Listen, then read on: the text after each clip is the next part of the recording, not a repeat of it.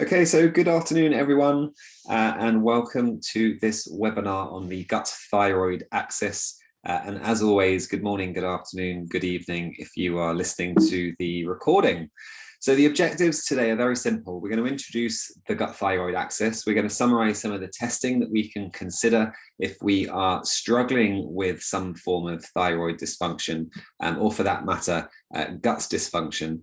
And we're going to kind of touch on some of the things that we can consider to support digestive health as a way to support thyroid health. So initially, just to introduce this concept, if it is new to you, there is something that we refer to as the gut-thyroid axis. Many of us are familiar with the gut-brain axis. It's probably one of the more well-known of these axes, but there are a lot discussed in the research. Everything from the gut brain and the gut thyroid to the gut skin, the gut liver, the gut bone. I even saw a research paper the other day discussing the gut eye axis.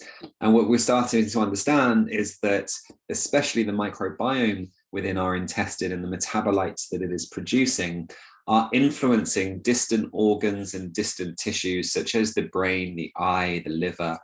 And this is one of the things that makes up these axes.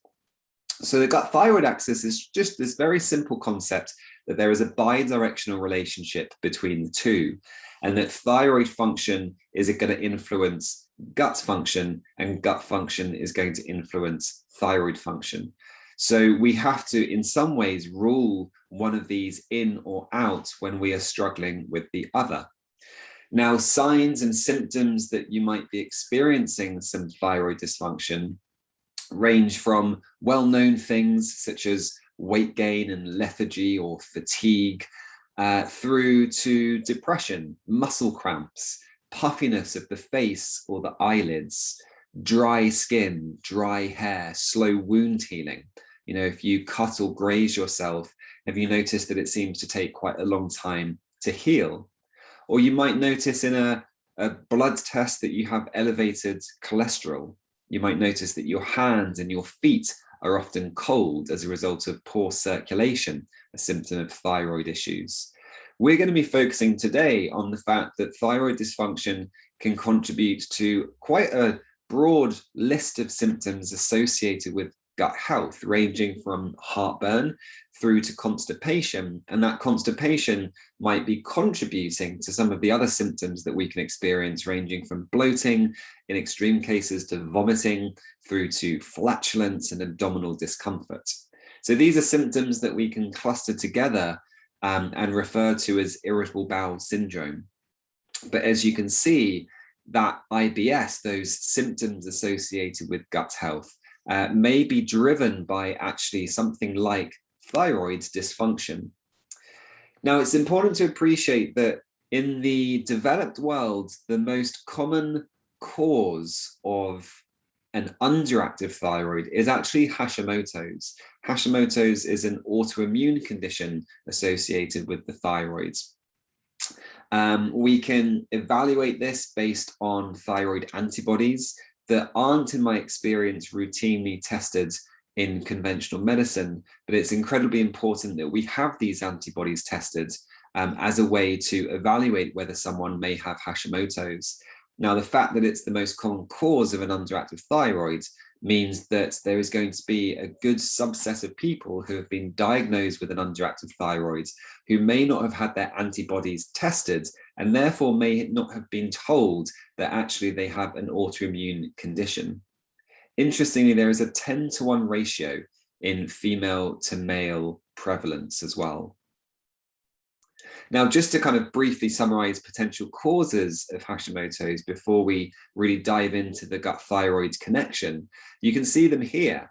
Everything from stress to specific infections that you can see on the right-hand side. There are certain bacterial infections that have been associated with Hashimoto's, including H. pylori and Yersinia. And there are viral infections, hepatitis C, the Epstein-Barr virus, and enteroviruses that have been discussed in the research as potentially being environmental triggers of Hashimoto's. But nutrients, whether in excess or in a deficiency state, can contribute to this condition. Pollution, smoking, various chemical agents, And then poor gut health, and even climate change has been associated with autoimmune conditions such as Hashimoto's. Now, in the developing world, a common cause of an underactive thyroid, not related to Hashimoto's, is an or a deficiency, of iodine. That is something that is not necessarily as common in the developed world, but we certainly see vitamin D, selenium, iron, and zinc deficiencies that can contribute to or exacerbate thyroid dysfunction in someone with Hashimoto's, for example. And this is why we have to be very mindful of someone's iodine intake if they have been diagnosed with Hashimoto's. An excess of iodine can actually exacerbate and potentially trigger the condition as well. And really, this is what we see in our clients, that there is an intimate connection between the gut and the thyroid. And that is partly because thyroid and intestinal diseases prevalently coexist with Hashimoto's, but also with Graves' disease, which is another autoimmune condition of the thyroid. We do often see celiac disease or non-celiac wheat sensitivity coexist. And that's just one example of this, the prevalence between these two. So when we look at the gut-thyroid axis, these are some of, I guess, the mechanisms that we're going to touch on today. And I've referred to the Thyroid-Gut Axis in regards to how the thyroid might impact gut function. And I've referred to the gut-thyroid axis in regards to how the gut may impact thyroid function. So we're going to touch on all of these in today's presentation, starting really from the top left. So looking at the gut-brain axis and low stomach acids, we know that a suboptimal thyroid function is commonly associated with what we refer to as hypochlorhydria, which is just low stomach acids. We need appropriate levels of stomach acids to digest our food and to absorb key nutrients like vitamin B12 and zinc, both of which have a really important role to play within thyroid function. And ironically, zinc is required for optimal production of stomach acid. So reduced acid production in the stomach can also be due to an autoimmune condition in the stomach, and that has been quite strongly associated with Hashimoto's as well. So we'll discuss ways that we can explore whether you have low stomach acid, maybe as a result of thyroid dysfunction later on.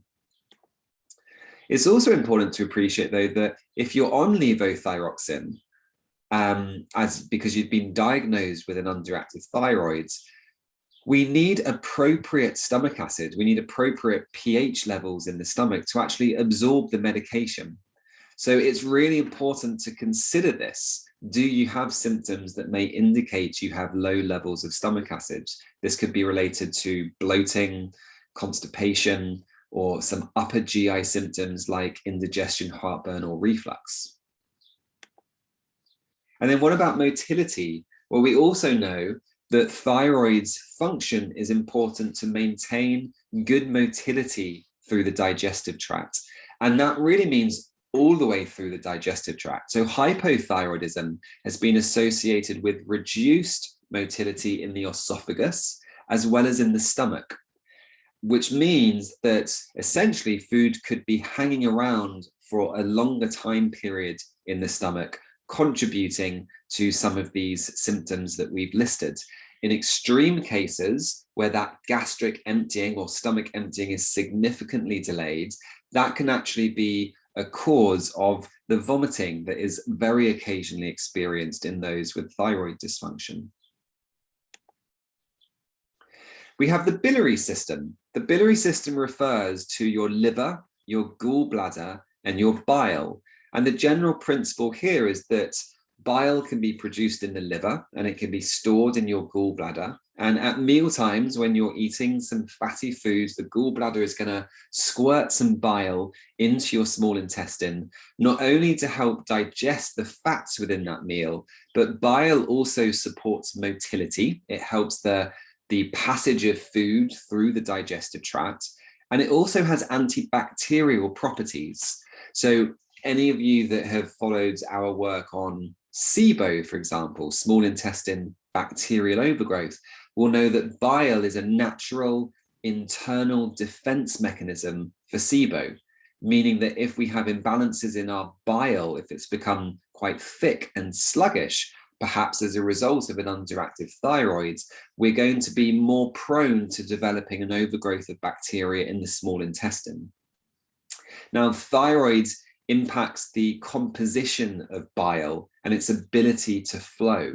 I always think of this very simply as bile should be like a soapy washing up liquids. It should be free flowing and able to do its job.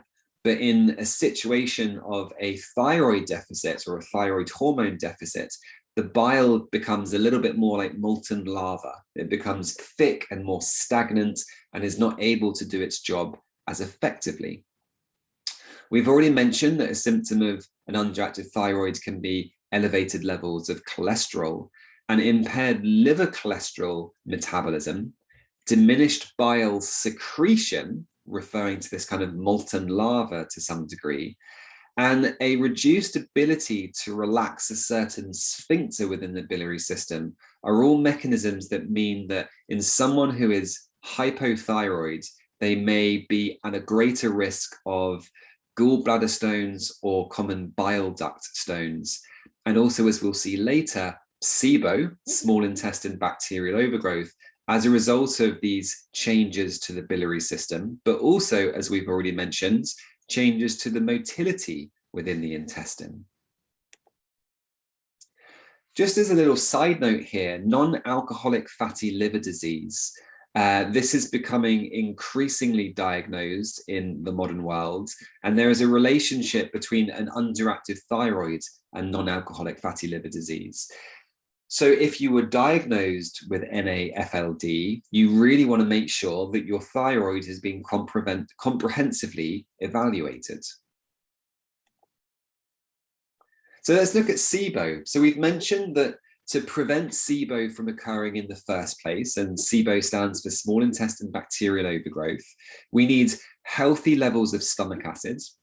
We need a well-functioning biliary system, meaning the bile produced in the liver and stored in the gallbladder is doing its job properly. And we need good motility. We need to be flushing out the food from the small intestine in between meals to maintain a healthy environment within our small intestine. So you can already see and speculate how there's going to be a somewhat strong association between SIBO and hypothyroidism. In fact, in this paper, it was reported that SIBO may present in more than half of patients with hypothyroidism. In a study looking at 90 subjects, over half of the individuals had SIBO compared to 5% in the control group. And this is an area of research that has been looked at quite a lot, ultimately. In this paper published in the World Journal Gastroenterology in 2017, the authors concluded that an underactive thyroid and being on levothyroxine are two of the most common contributors for the development of SIBO. Now, they didn't know why being on levothyroxine might be one of the most important contributors. And I can only certainly speculate, but if someone is poorly managed in regard to their levothyroxine, or if they have an undiagnosed autoimmune condition because their antibodies weren't tested for, that dysregulated immune system might be contributing to the development of a bacterial overgrowth in the small intestine. Or maybe the levothyroxine hasn't fully addressed the motility issues, the bile issues, the stomach acid issues. If they are in a state of low stomach acids, we've already touched on the fact that they might not be absorbing their levothyroxine appropriately, and therefore do they need to support gastric acid or stomach acid levels as a way to maximize the effectiveness of the medication they've been prescribed. And then two slides just touching on a couple of studies to show you kind of the prevalence here. So in this study, they looked at the study group and a control group. So the control group obviously didn't have an underactive thyroid, and the study group did. Now, 56% of the study group were positive for SIBO in some shape or form, compared to 31% in the control group, which is interesting. 43% were hydrogen positive and 10% were methane positive, and 3% were hydrogen and methane positive. Compare that to the control group and you have 1.5% of people positive for both, only 3% for methane, and you would assume that they probably weren't struggling with constipation. And then 27% were hydrogen positive. Similar results in a different study where we see that 26% of the study group were hydrogen positive, 13% were methane positive, 33% were positive for both gases. This is compared to 0 of the control group having a methane positive test result and 10% having a hydrogen and methane positive. So these studies clearly show us that there is an increased prevalence of SIBO in those with an underactive thyroid. Now, we also see in those with an autoimmune thyroid condition that there is dysbiosis present. And this is a little bit of a chicken and egg situation. There's certainly a bidirectional relationship between the two.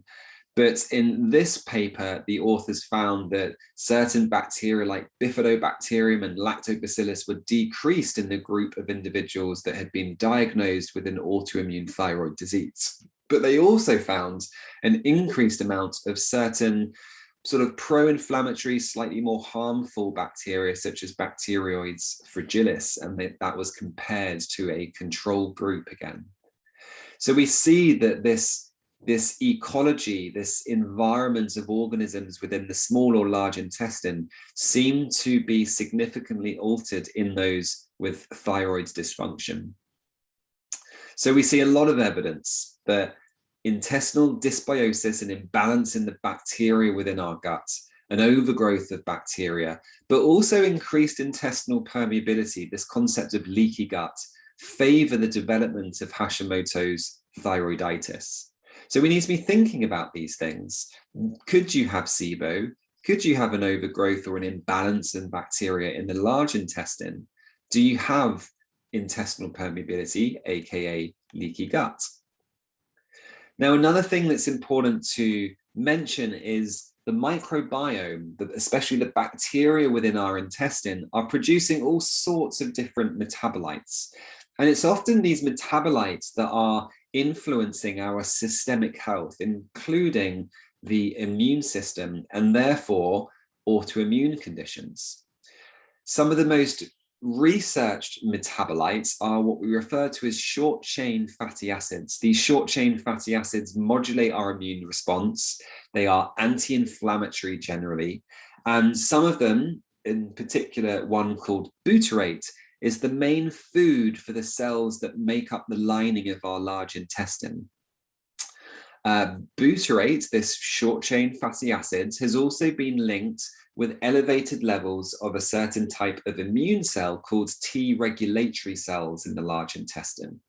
These immune cells are often referred to in textbooks as the quarterback of the immune system. T regulatory cells are incredibly important when it comes to autoimmunity, and having a healthy population of these is going to maintain what we refer to as kind of oral and central tolerance, your immune system's ability to tolerate all of the things that it is being exposed to.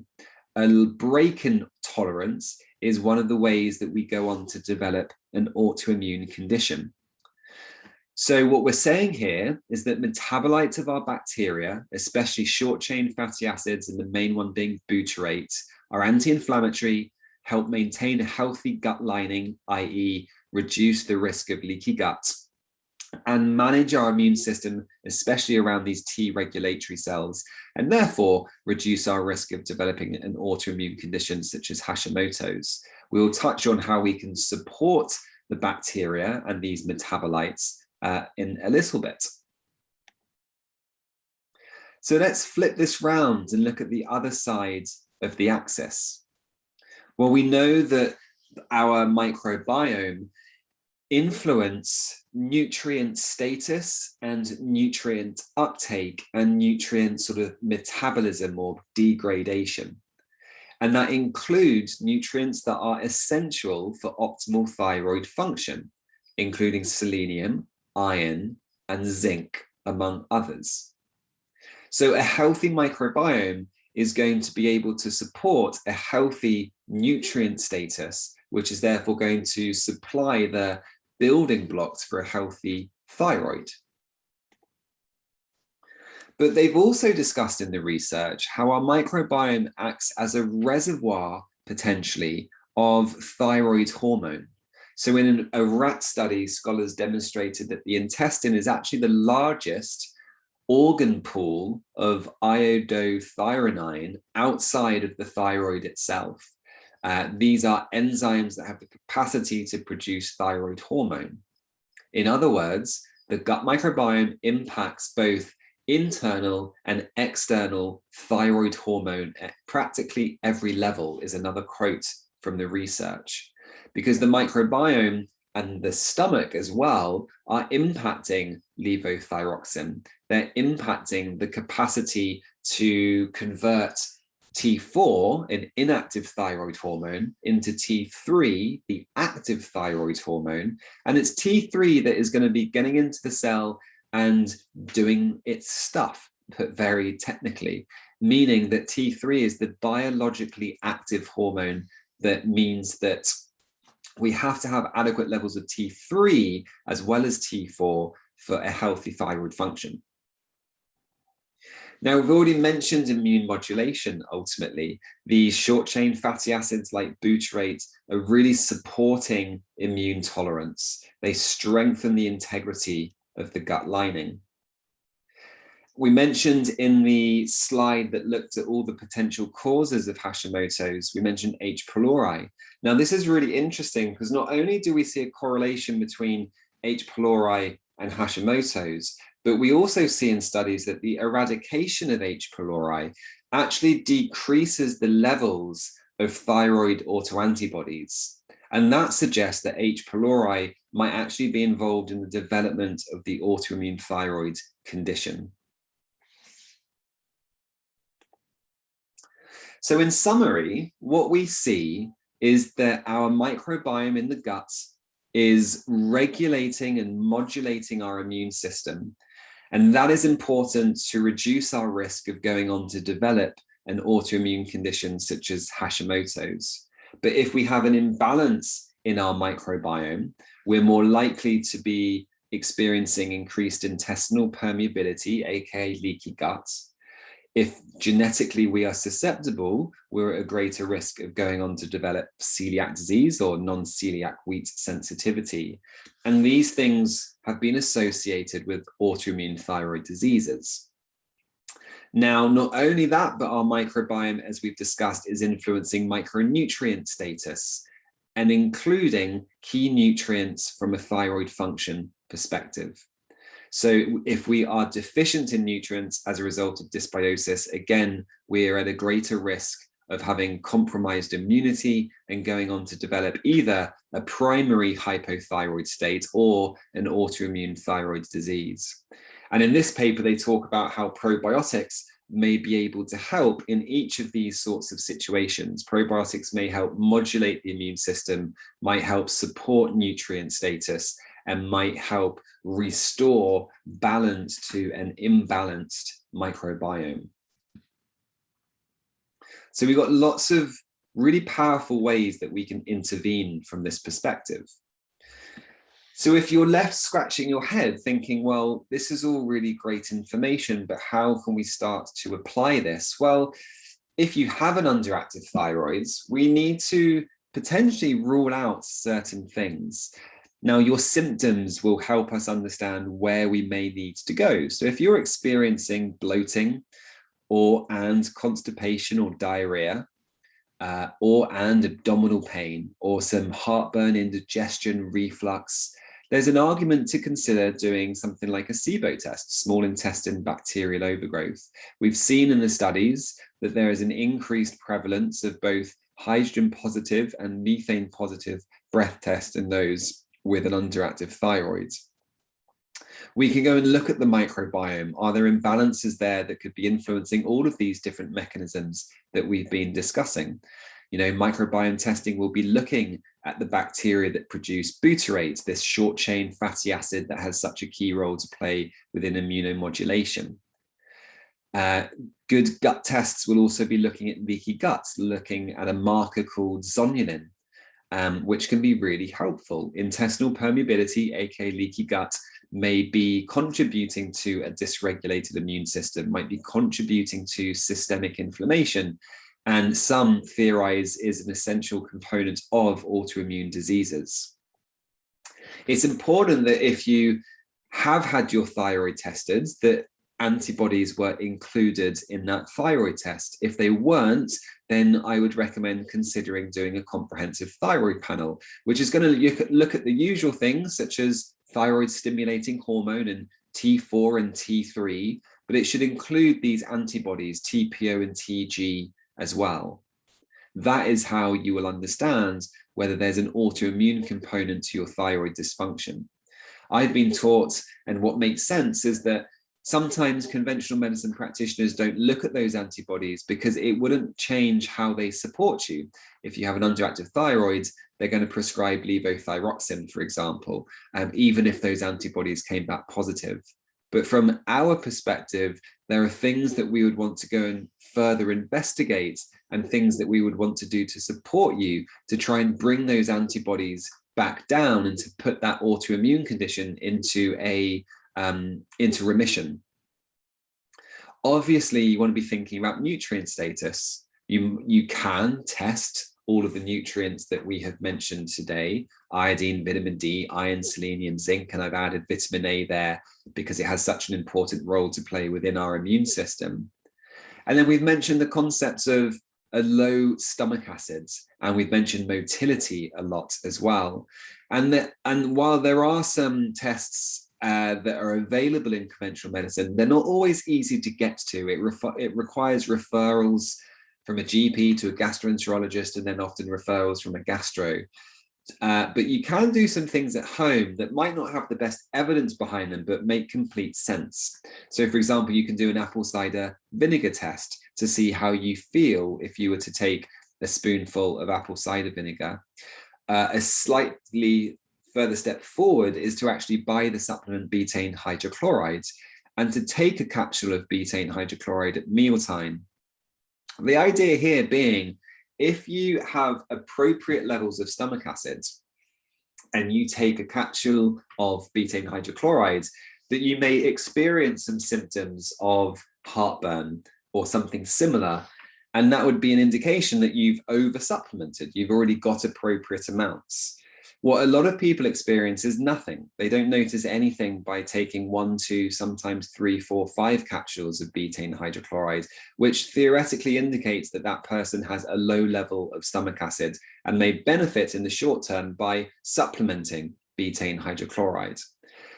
My experience there is very mixed. Some people notice real improvement in their gut health by supplementing betaine hydrochloride, others don't. That may be related to the dose that someone was supplementing, for example. The sweet corn motility test you can probably figure out. So this one is as simple as eating some sweet corn, ideally kind of canned, but not chewing it. So you're basically swallowing individual bits of sweet corn, and you're waiting until you see it in a bowel movement. And really that should be sort of 16, 18, 20 hours later. Some people notice they're still pooping out sweet corn 2, 3, 4, 5 days later. And that is a real kind of evidence that they have poor motility. And that is then something that they may need to support. So those are a couple of kind of at-home tests that can be done to evaluate stomach acid and motility, both of which are just fundamental to good gut health and